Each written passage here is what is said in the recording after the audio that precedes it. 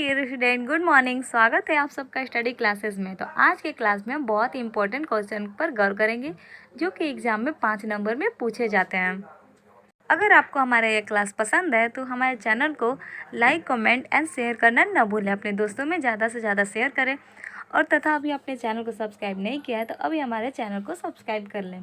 I hope आपको बाकी के वीडियो भी अच्छे लगे होंगे, बाकी क्लास भी अच्छे से समझ में आ गए होंगे। अगर आपने बाकी क्लास को ज्वाइन नहीं किया है तो हमारे चैनल में जाके बाकी क्लास को ज्वाइन कर सकते हैं।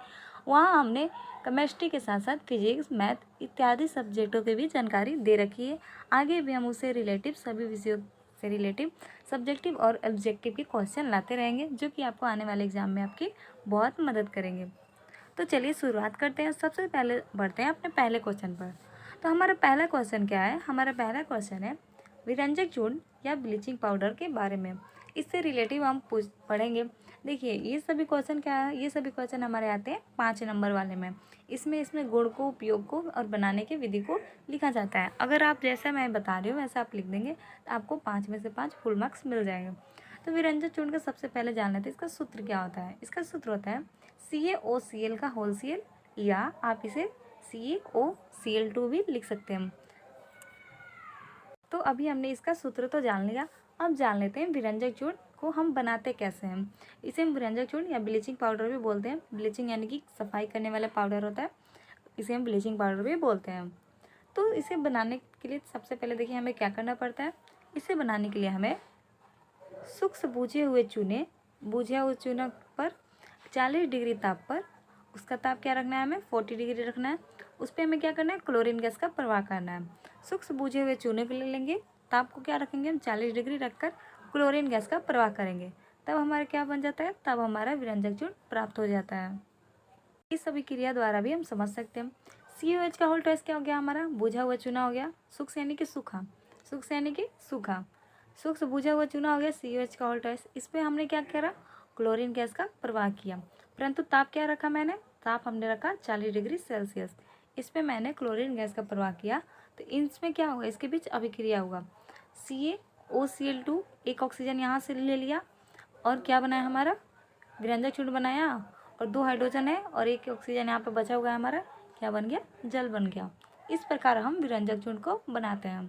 तो आइए अब हम जान लेते हैं इसका गुण क्या क्या होता है, विरंजक चूर्ण में क्या क्या क्वालिटी हमने देखने को मिलती है। गुण का क्या है, पदार्थों का गुण का क्या है। ऐसे आप आमतौर पे भी इंसानों के में भी बहुत सारे गुण होते हैं, कुछ अच्छे होते हैं कुछ बुरे होते हैं। तो अब हम आते हैं पदार्थों के गुण को पढ़ेंगे, जिसमें हमें पढ़ना है विरंजक चूर्ण के गुण को। तो इसका पहला क्वालिटी होता है, यह एक सफ़ेद चूर्ण है, यानी कि इसका कलर क्या होता है, इसका रंग होता है सफ़ेद रंग का, जो क्लोरीन जैसी गंध देता है। यानी जब जब हम इसे सूंघते हैं तो इसका गंध हमें क्या देता है, क्लोरीन जैसा महसूस होता है। क्लोरीन जैसा क्यों महसूस होता है, क्योंकि इसे बनाने के लिए हमने क्या इस्तेमाल किया है, इसे बनाने के लिए हमने क्लोरीन इस्तेमाल किया है। तो किस टाइप का गंध देगा, तो क्लोरीन जैसा ही देगा ना। दूसरा हो गया गुण, यह एक अस्थायी यौगिक है, यानी कि अस्थायी रूप से अर्थात टिका हुआ नहीं रहता है, यह टिकने वाला यौगिक नहीं होता है, यह चेंज भी हो सकता है। यानी कि इस जो हमारा विरंजक चूर्ण है इसमें अगर हम कुछ मिलाएं तो यह कुछ और भी बन जाएगा। ऐसा नहीं कि यह विरंजक चूर्ण का विरंजक चूर्ण ही रहेगा, यह चेंज भी हो सकता है। जैसे में देख लीजिए आप, जैसे में तुम यहीं पर देख सकते हैं कैल्शियम और जल का मैंने अभिक्रिया कराया तभी तो ये हमारा बना COH का होल ट्वाइस। क्या यहाँ पर कैल्शियम हमारा अलग ही है, नहीं, यहाँ पर क्या हो गया, ये एक दोनों से अभिक्रिया कर लिया। तो उसी प्रकार विरंजक चूर्ण की अभिक्रिया हम किसी अन्य यौगिक से करा देते हैं तो विरंजक चूर्ण हमारा टूटकर कुछ और चीज़ में बदल जाता है, ना कि हमें पुनः विरंजक चूर्ण ही प्राप्त होता है। तो ये था हमारा विरंजक चूर्ण का दूसरा गुण। अब चलिए पढ़ते हैं इसके आगे गुण, नेक्स्ट गुण को। विरंजक चूर्ण का जो हमारा अगला गुण हो गया, यह आर्द्र यानी कि भींगा, सूक्ष्म यानी सूखा, आर्द्र यानी कि भींगा। आर्द्र यानी भींगा या गीला कार्बन डाइऑक्साइड से अभिक्रिया कर क्लोरीन गैस देता है। यानी कि जब हम विरंजक चूर्ण की अभिक्रिया भींगे कार्बन डाइऑक्साइड से करा देते हैं तो हमें क्लोरीन गैस प्राप्त होता है और CaCO3 प्राप्त होता है। तो इसमें इसका क्या क्वालिटी बताया, इसमें तो इसका क्वालिटी बताया है क्लोरीन गैस पर। बाकी कुछ भी बने हमें उससे कोई लेना देना नहीं है, परंतु क्लोरीन हमें अवश्य ही प्राप्त होगा। इसका अगला गुण है, यह तनु अम्लों से अभिक्रिया कर क्लोरीन गैस देता है। अगर हम इसकी अभिक्रिया अम्लों से भी करा देंगे तनु अम्ल आप सोच रहे होंगे तनु अम्ल क्या होता है। तो तनु अम्ल के लिए मैंने अम्लों के क्लास में हमने तनु अम्ल सांद्र अम्ल की चर्चा कर रखी है। अगर आपने वो वीडियो नहीं देखा है तो हमारे चैनल में जाकर उस वीडियो को देख सकते हैं, तब आपको समझ में आ जाएगा तनु अम्ल मीन्स होता क्या। तो तनु अम्ल को हमने ले लिया, उसका विक्रिया हमने विरंजन चूर्ण से करा दिया, तो हमें क्या प्राप्त हुआ, क्लोरीन गैस प्राप्त हो गया। बाकी हमें तो लवण भी प्राप्त हुआ, जल भी प्राप्त हुआ, परंतु हमें क्या मेन इसका गुण था, इसका मेन क्वालिटी था क्लोरीन गैस, तो हमें अवश्य प्राप्त होगा। उसके अलावा कुछ भी प्राप्त हो जाए हमें उससे कोई लेना देना नहीं है, परंतु अगर अम्ल से विक्रिया कराएंगे विरंजक चूर्ण का तो हमें क्लोरीन गैस अवश्य ही प्राप्त हो जाएगा। तो ये सब तो था हमारा क्लोरीन गैस विरंजक चूर्ण का गुण। आई होप आपको इतना तक समझ में आ गया होगा।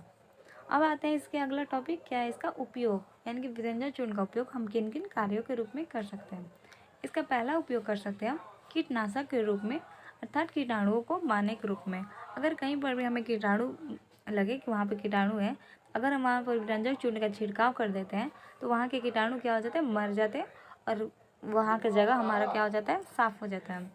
सेकंड हो गया हमारा कागज़ तथा कपड़ों के विरंजन में, विरंजन यानी सफाई में विरंजन चूर्ण का उपयोग किया जाता है। कपड़े हमारे अगर गंदे हो जाते हैं तो ब्लीचिंग पाउडर, यानी क्या कपड़े साफ करने वाला को भी ब्लीचिंग पाउडर कहते हैं। विरंजन चूर्ण तो हमारा क्या है, रासायनिक नाम है। ऐसे आम तौर पे आपने देखा होगा कि उसे हम ब्लीचिंग पाउडर करते हैं। तो कपड़ों के सफाई में तो हो गया। कागज़ में भी क्या होता है, कागज़ में भी कीड़े लग जाते हैं, तो ये तो हो गया हमारा कीटनाशक, एक दवा हो गया, तो कागज़ के कीड़ों को भी यह मारता है, इसके लिए हम विरंजन चूर्ण का उपयोग करते हैं। तीसरा हो गया हमारा विरंजन चूर्ण का उपयोग कई रसायन उद्योगों में एक उपचायक के रूप में किया जाता है। उपचायक यानी क्या हो गया, जो ऑक्सीकरण की अभिक्रिया को करने में मदद करता है, उसे ही तो उपचायक कहते हैं ना। ये अगर आपको नहीं समझ में आ रहा हो तो ये हमारा केमिस्ट्री का चैप्टर नंबर 1, जिसमें आपको उपचायक अपचायक के बारे में बताया गया है। अगर आपने वीडियो नहीं देखा है तो हमारे चैनल में भी जाकर उस वीडियो को देख सकते हैं। वहाँ पर मैंने उपचायक और अपचायक के बारे में अच्छे से विस्तारपूर्वक बताया है। तो उपचायक यानी कि ऑक्सीकरण की अभिक्रिया को कराने में यह मदद करता है। आई होप आपको विरंजन चूर्ण से जुड़ी सभी टॉपिक अच्छे से समझ में आ गए होंगे। अगर एग्जाम में आपका क्वेश्चन दे देता है विरंजन चूर्ण के बारे में विस्तार से लिखिए, तो हमें बस पहले उसका सूत्र लिखना है। विरंजन चूर्ण नहीं देगा, या ब्लीचिंग पाउडर देगा, कुछ भी दे देगा, तो हमें उसका एक और नाम लिखना है, सूत्र लिखना है, फिर बनाने की विधि लिखना है, फिर उसका गुण और उपयोग लिख देना है। आप बस इतना लिख दीजिएगा। अभिक्रिया के साथ कैसे लिखना है, अभिक्रिया के साथ ही लिखना है, अभिक्रिया के साथ लिख दीजिएगा, आपको फुल मार्क्स मिल जाएगा। तो ये था हमारा एक इम्पोर्टेंट क्वेश्चन। अब बढ़ते हैं आगे की ओर और भी इम्पोर्टेंट क्वेश्चन पर गौर करते हैं। इसका हमारा अगला उपयोग है विरंजन चूर्ण का ही उपयोग है हमारा, वो तो 3 तक ही था ना। विरंजन चूर्ण का उपयोग ऑक्सीजन गैस, क्लोरीन गैस और क्लोरोफॉर्म के निर्माण में किया जाता है। चूँकि हमने गुण में भी पढ़ा कि यह कार्बन डाइऑक्साइड से अभिक्रिया कर तथा तनु अम्ल की अभिक्रिया कर क्लोरीन गैस देता है। तो क्लोरीन गैस देता है तो क्या हो गया, मतलब यानी कि क्लोरीन गैस का निर्माण ही तो किया ना। तो उस प्रकार हम इसका उपयोग क्लोरीन गैस के, ऑक्सीजन गैस के और क्लोरोफॉर्म के CH Cl3 होता है, क्लोरोफॉर्म का सूत्र याद कर लीजिएगा, CH3 के निर्माण में किया जाता है। पाँचवा हो गया, इसका उपयोग लॉन्ड्री में कपड़ों को विरंजन करने अर्थात साफ करने में किया जाता है। आपको शायद पता होगा कुछ कपड़े होते हैं, कुछ महंगे कपड़े होते हैं जिनकी सफाई घर पर नहीं की जा सकती, उसे हम लॉन्ड्री में साफ़ करते हैं ताकि उनकी चमक अच्छे से बनी रहे। तो कपड़ों वहाँ पर लोग किसका उपयोग करते हैं, वहाँ पर वो लोग विरंजक चूर्ण का ही उपयोग करते हैं, जिससे हमारे कपड़े अच्छे से साफ़ हो जाते हैं। 6 नंबर हो गया, विरंजक चूर्ण का उपयोग क्या होता है, पल्प बनाने में किया जाता है। पल्प अर्थात मज़ा बनाने में विरंजक चूर्ण का उपयोग किया जाता है। तो ऐसे ही आपको अगर किसी का भी दे दे विरंजक चूर्ण के अलावा और किसी का भी दे दे तो आपको उसके बारे में लिख देना है, बनाने की विधि लिख देना है। अगर आपको रासायनिक नाम पता हो तो रासायनिक नाम, सूत्र, बनाने की विधि और उसके गुण और उपयोग को लिख देना है। बाकी आपको फुल मार्क्स मिल जाएंगे। ऐसे ही दीर्घ उत्तरीय क्वेश्चन में प्रश्न पूछे जाते हैं, तो इसमें ज़्यादा कोई बड़ी बात नहीं होती है। नेक्स्ट है हमारा टॉपिक बेकिंग सोडा अर्थात खाने वाला सोडा। खाने वाला सोडा क्यों बोलते हैं इसे, क्योंकि इसका उपयोग हम खाने वाले वस्तुओं में, खाने वाले चीज़ों में डालते हैं, इसलिए इसे हम खाने वाला सोडा भी बोलते हैं। इसका सूत्र क्या होता है हमारा, इसका सूत्र होता है NaCO3 और इसका रासायनिक नाम क्या होता है, पहले इसके बारे में लिख देना, जो दिया है उसके बारे में, उसका सूत्र, नाम, कैसे तैयार किया जाता है, अगर आपको पता हो, किसी का जिक्र है अगर आपको पता हो तो उसे लिख देना और फिर उसके बाद बनाने की विधि से स्टार्ट करना है। तो इसका रासायनिक नाम होता है सोडियम बाइकार्बोनेट या सोडियम हाइड्रोजन कार्बोनेट। इसे साल्वे या अमोनिया सोडा विधि द्वारा तैयार किया जाता है। तो इसका आपको सूत्र लिख देना है, इसका रासायनिक नाम लिख देना है और इसे किस विधि द्वारा तैयार करना है सबसे पहले हमें यह लिख देना है। अब हम जान लेते हैं इसे बनाने की विधि, इसे किस प्रकार बनाया जाता है। तो बेकिंग सोडा को बनाने के लिए देखिए, सोडियम क्लोराइड के जलीय विलयन यानी सोडियम क्लोराइड तो होगा और उसके साथ जल होगा। जहाँ कहीं भी बोल दे आपको जलीय विलयन तो H2O तो जरूर लेना है। में कार्बन डाइऑक्साइड गैस तथा अमोनिया गैस प्रवाहित की जाती है तो सोडियम बाइकार्बोनेट बनता है। क्या था हमारा, सोडियम क्लोराइड मैंने ले लिया, जलीय विलयन बोला है तो मैंने जल ले लिया, कार्बन डाइऑक्साइड बोला है तो कार्बन डाइऑक्साइड और अमोनिया गैस मैंने ले लिया। इसमें हमने क्या किया, इन दोनों को प्रवाहित किया तो क्या बना हमारा सोडियम बाइकार्बोनेट और अमोनियम क्लोराइड हमारा बनता है। तो ये था हो गया हमारा सोडियम बाइकार्बोनेट बनाने की विधि। तो इस प्रकार हम सोडियम बाइकार्बोनेट का निर्माण करते हैं। सोडियम बाइकार्बोनेट तो बनाना हम जान गए कि किस प्रकार हम सोडियम बाइकार्बोनेट का निर्माण करते हैं। अब हम आते हैं आगे की ओर और जान लेते हैं सोडियम बाइकार्बोनेट के गुण क्या क्या होते हैं। इसका पहला गुण होता है हमारा, यह एक खुरदेदार सफ़ेद ठोस पदार्थ है। यानी कि इसका रंग क्या होता है, सफ़ेद होता है और ये क्या होता है, ठोस रूप में पाया जाता है, परंतु ये खुरदरा होता है। यानी कि इसे छूने पर अगर आप स्पर्श करेंगे तो ये हमें खुरदरा महसूस होता है, ना कि चिकना महसूस होता है। दूसरा इसका क्वालिटी हो गया, यह जल में कम घुलनशील है। यानी कि जब हम इसे जल में घुलने की कोशिश करेंगे तो ये जल में पूर्ण रूप से नहीं घुल पाता है, कुछ अंश इसका बाकी रह जाता है, यह जल में उतना नहीं घुलता है। इसका तीसरा क्वालिटी हो गया, यह लाल लिटमस पत्र को नीला कर देता है। तो चूँकि सोडियम बाइकार्बोनेट क्या होता है, सोडियम बाइकार्बोनेट हमारा क्षार होता है। तो क्षार का गुण क्या होता है, क्षार का गुण होता है लाल लिटमस पत्र को नीला कर देना। तो ये भी हमारा क्षार है, इसलिए यह भी हमारे लाल लिटमस पत्र को नीला कर देता है। अगर आपने क्षार का क्लास नहीं ज्वाइन किया है, आप हमारे चैनल में क्षार वाले क्लास को ज्वाइन कर सकते हैं, जिसमें हमने क्षार के बारे में बहुत ही डीपली से समझाया है। उसके गुण, उपयोग सभी की जानकारी हमने दे रखी है। 4 हो गया हमारा, इसका पीएच मान 7 से अधिक होता है। तो चूँकि हम जानते हैं कि भस्म का पीएच मान क्या होता है, भस्म या क्षार, भस्म का पीएच मान क्या होता है, 7 से अधिक होता है। तो 7 से अधिक होने पे क्या होता है, वो अधिक क्षारीय होता है। तो इसलिए इसका भी पीएच मान क्या होता है, 7 से अधिक होता है। 7 से कम हो जाएगा तो ये तो अम्ल हो जाएगा और 7 हो जाए तो ये तो उदासीन हो जाएगा। तो यह तो क्षार है, परंतु इसके लिए क्या होना चाहिए, इसका पीएच मान 7 से अधिक होना चाहिए। इसका 5वां क्वालिटी है, इसे गर्म करने पर, यानी कि जब हम सोडियम हाइड्रोजन कार्बोनेट को गर्म करते हैं तो हमें कार्बन डाइऑक्साइड गैस प्राप्त होता है। जैसे में अभिक्रिया द्वारा भी आप देख सकते हैं, ये हो गया हमारा सोडियम हाइड्रोजन कार्बोनेट या सोडियम बाइकार्बोनेट को मैंने गर्म किया तो क्या प्राप्त हुआ, हमें सोडियम कार्बोनेट, जल और कार्बन डाइऑक्साइड प्राप्त हो गया। यह एक प्रकार की उत्क्रमणीय अभिक्रिया भी होती है, यानी कि आप इन तीनों को मिला दें तो हमारे ये प्राप्त हो जाएगा। उसी प्रकार आप इसे गर्म करके तोड़ें तो हमें पुनः यह तीनों वापस मिल जाएंगे। अगर आपको उत्क्रमणीय अभिक्रिया की जानकारी नहीं है तो आप हमारे चैनल में जाकर उत्क्रमणीय अभिक्रिया के बारे में देख सकते हैं।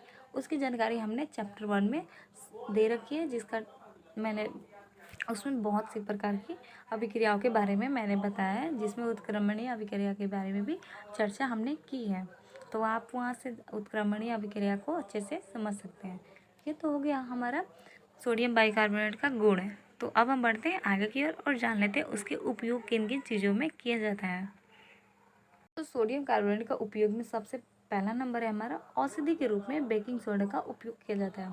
तो चूंकि हम जानते हैं कि बेकिंग सोडा एक प्रकार क्या है, खाने वाला सोडा है, यानी कि जब हम इसे खाएंगे तो हमें कोई भी प्रकार का नुकसान नहीं होगा।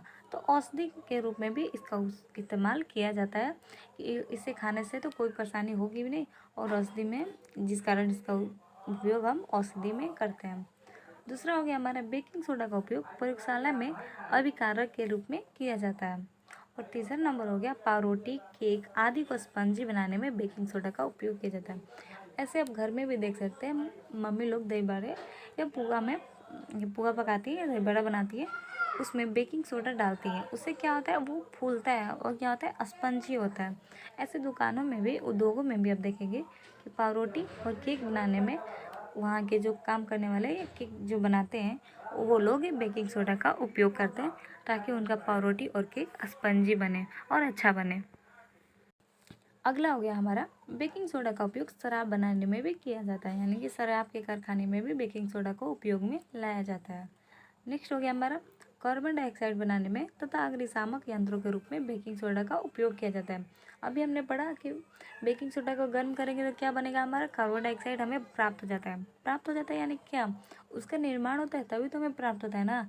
निर्माण होना, प्राप्त नहीं है, बनाना, तीनों तक ही हो गया। तो कार्बन डाइऑक्साइड बनाने में हो गया। अग्निशामक यंत्रों को आग बुझाने में, हम आग बुझाने वाले यंत्रों में हम बेकिंग सोडा का उपयोग करते हैं। तो इस प्रकार हमने बेकिंग सोडा के बारे में जाना, उसके रासायनिक नाम, किस विधि द्वारा बनाया जाता है, बनाने की विधि, गुण और उपयोग के बारे में जाना। अगर आपको एग्जाम में बेकिंग सोडा से प्रश्न दे दे 5 नंबर है, 2 नंबर में दे दो, इतना सारा नहीं लिखना है, 5 नंबर में दे दे, आप बस जो मैंने अभी बताया थोड़ा सा उसके बारे में लिख देना है, सूत्र लिख देना है, रासायनिक नाम, बनाने की विधि लिख देना है, किस विधि द्वारा बनाया जाता है ये सब लिख देना है, गुण उपयोग लिख देना है। बस आप इतना लिख दीजिएगा, आपको पूरा मार्क्स मिल जाएगा। तो चलिए अब हम बढ़ते हैं आगे की ओर और जानते हैं और भी इम्पोर्टेंट क्वेश्चन को देखते हैं और उसके समझने की कोशिश करते हैं। अगला टॉपिक है हमारा धोने वाला सोडा या धोबिया सोडा या सज्जी। कहीं कहीं इसका उपयोग सज्जी, किसी किसी अगर आप राज्य में जाएंगे इसे लोग वहाँ पर सज्जी भी बोलते हैं। तो इसका सूत्र होता है Na2CO3 × 10H2O। इसका यह हमारा रासायनिक सूत्र हो गया। अगर हम बात करें इसके रासायनिक नाम की, तो इसका रासायनिक नाम होता है हमारा सोडियम कार्बोनेट डिकाहाइड्रेट। डेका क्यों, डेका हमने उपयोग किया 10 के लिए, यहाँ 10 के लिए हमने डेका इस्तेमाल किया। इसके बारे में इसके बारे में चर्चा हम अपने नेक्स्ट चैप्टर में करेंगे। इसमें हम डेका, मोनो, ट्राई, डाई ये सब के बारे में पढ़ेंगे कि हमने 10 के लिए डेका लिया और किसी वर्ड का यूज़ क्यों नहीं किया। तो इसे क्या करते हैं, इसे बनाते हैं किस विधि द्वारा है, इसे अमोनिया विधि द्वारा अर्थात साल्वे विधि द्वारा तैयार किया जाता है। तो अब हम जान लेते हैं इसके बनाने की विधि क्या होती है, कौन कौन से प्रक्रम द्वारा इसे बनाया जाता है। इसे बनाने के लिए सबसे पहले हमें क्या करना है, सबसे पहले हमारे सोडियम क्लोराइड के जलीय विलयन यानी कि सोडियम क्लोराइड और जल में कार्बन डाइऑक्साइड गैस और अमोनिया गैस प्रवाहित करना है और सोडियम बाइकार्बोनेट बनाना है। जैसे अर्थात खाने वाला सोडा की तरह इसे बिल्कुल वैसे ही बना लेना है। इनिशियल जल, इस पर क्या करना है, सोडियम कार्बन डाइऑक्साइड और अमोनिया गैस को प्रवाहित करना है, अमोनियम क्लोराइड और हमारा सोडियम बाइकार्बोनेट प्राप्त हो जाएगा। तो ये क्या बना, सोडियम बाइकार्बोनेट प्राप्त हो गया हमारा तो सोडियम बाइकार्बोनेट बन गया, परंतु हमें बनाना क्या था, हमें तो बनाना था Na2CO3 × 10H2O। तो इसकी क्रियाएं भी बाकी है, इसे और भी अभिक्रिया द्वारा आगे बनाते जाएंगे। अब देखिए आगे क्या करना है, सोडियम बाइकार्बोनेट तो हमारा बन गया। अब क्या करना है, हमें सोडियम बाइकार्बोनेट को गर्म करना है। गर्म करने पर क्या होगा, हमारा गर्म करने पर हमें सोडियम कार्बोनेट प्राप्त होगा। तो चलिए अब हम इसे गर्म करते हैं। यहाँ पर हमने सोडियम बाइकार्बोनेट को गर्म किया तो क्या बना हमारा, सोडियम कार्बोनेट, जल और कार्बन डाइऑक्साइड। कार्बन डाइऑक्साइड तो क्या है, हमारा गैस है जो कि हमारा ऊपर में हवा में मुक्त हो गया। क्या बच गया हमारा, Na2CO3 प्लस में बचा है, जल प्लस में बचा है, प्लस में बचा है यानी कि क्या, जल हमारा अलग है। हमें क्या करना है, जल को एक ही में लाना है। इसके लिए हमें क्या करना है, सोडियम कार्बोनेट को, जो हमारा सोडियम कार्बोनेट बना उसे जल से क्रिस्टलीकृत करना है। क्रिस्टलीकृत करने से धोने वाला सोडा हमें प्राप्त हो जाता है। प्लस दिया यानी कि प्लस उसे क्या कर रहा है, प्लस उसे अलग करना है, परंतु इसका सूत्र क्या था, × 10H2O। इंटू था अर्थात उसके साथ में था, न कि उससे अलग था, तो हमें इसे इसके साथ मिलाना है। तो Na2CO3 × 10H2O, इससे हमने जल से क्रिस्टलीकृत किया, तो Na2CO3 × 10H2O हमें धोने वाला सोडा प्राप्त हो जाता है। इस प्रकार धोने वाला सोडा को बनाया जाता है। इसके लिए पहले क्या किया जाता है, एक बार और रिपीट कर लेते हैं। इसके लिए पहले हमें सोडियम कार्बोनेट तो बना लेना है, फिर उसके बाद हमें उसको गर्म करके सोडियम बाइकार्बोनेट बना लेना है। सोडियम बाइकार्बोनेट को गर्म करके उसे हम सोडियम कार्बोनेट बना लेना है।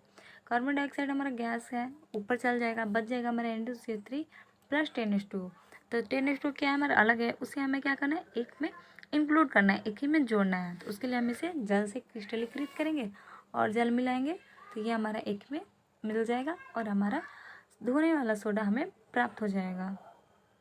इसका नाम होता है सोडियम कार्बोनेट डिकाहाइड्रेट। ये भी आपका एक इम्पोर्टेंट प्रश्न है। इन जो मैं आपको बता रही हूँ स्टूडेंट, आप इस क्लास को पूरा अंत तक जरूर देखें, पूरा ज्वाइन कीजिए, क्योंकि ये हमारा इम्पोर्टेंट क्लास है, इसमें सभी क्वेश्चन इम्पोर्टेंट है। आगे भी हमारा एक और हमारा नेक्स्ट क्लास लेकर आएंगे, उसमें भी हमने कुछ कुछ इम्पोर्टेंट क्वेश्चन को डाला है जो कि आपको एग्ज़ाम में पूछने की बहुत ही संभावना रहती है, तो उसे भी आप ज़रूर ज्वाइन करें। आने वाले क्लास को भी आप ज्वाइन करते जाएँ, उसमें भी हम बहुत इंपॉर्टेंट क्वेश्चन को लेकर आएंगे। फालतू कुछ नहीं लेकर आना है, बस इम्पोर्टेंट चीज़ों को लेकर आएंगे जो कि आपको एग्ज़ाम में मदद करेंगे। ऐसे नहीं कि बस टाइम पास करें। अगर आपको कोई परेशानी अभी भी हो रही है तो आप हमारे कमेंट बॉक्स में जाकर कमेंट कर सकते हैं, तथा आपको अगर हमारा वीडियो अच्छा लग रहा है और समझ में आ रहा है तो हमें लाइक और कमेंट भी कर सकते हैं। लाइक करने से हमें पता चलता है कि हमारा वीडियो आपको कितना समझ में आ रहा है। और आपको कोई भी प्रॉब्लम है तो कमेंट कीजिए, और अच्छा भी लगे तो कमेंट कीजिए, जिससे हमें पता चलता रहे कि हमारा वीडियो आपको कितना अच्छे तक समझ में आ रहा है या नहीं समझ में आ रहा है। नहीं समझ में आ रहा है तो आप दोबारा भी देख सकते हैं, नहीं तो कमेंट में भी हमें बता सकते हैं। अब आते हैं हम धोने वाला सोडा का सोडियम कार्बोनेट डेकाहाइड्रेट के गुण को जान लेते हैं।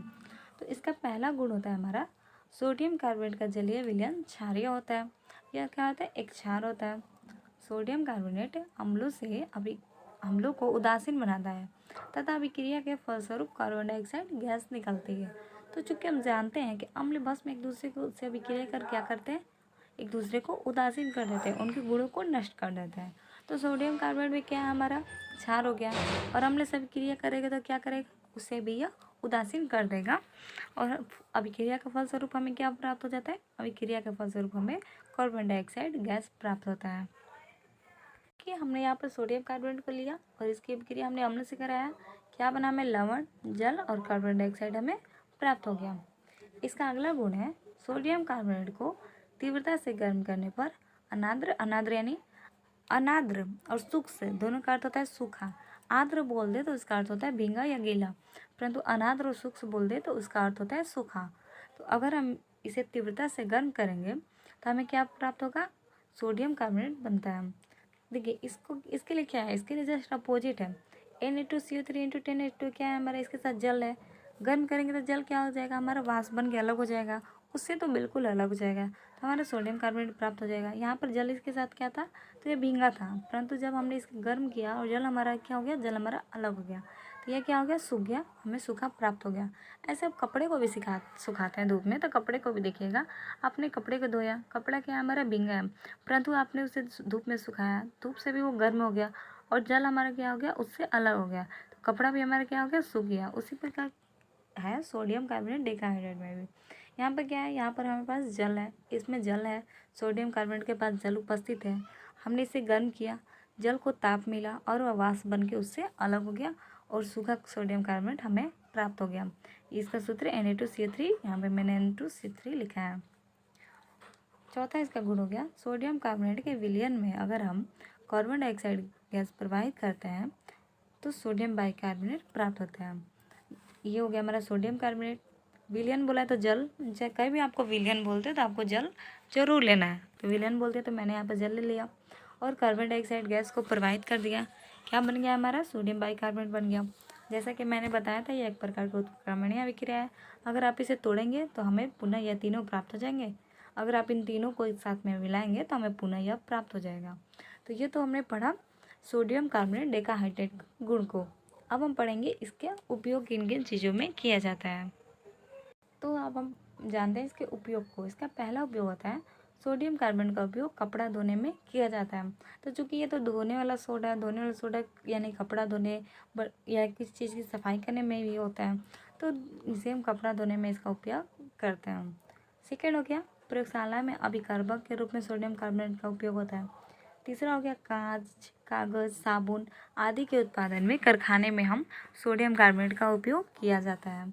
चौथा हो गया जल के अस्थायी खारापन को दूर करने में सोडियम कार्बोनेट का उपयोग किया जाता है।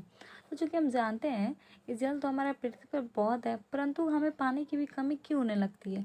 पानी की कमी हमें इसलिए होती है कि जल तो है हमारा, परंतु वो मीठा जल नहीं है, वो क्या है? हमारा खारा है। उसका टेस्ट क्या होता है? खारा होता है। अगर आप उसमें सोडियम कार्बोनेट को डाल दें तो उसका खारापन दूर हो जाता है, वो जल हमारा पीने योग्य हो जाता है।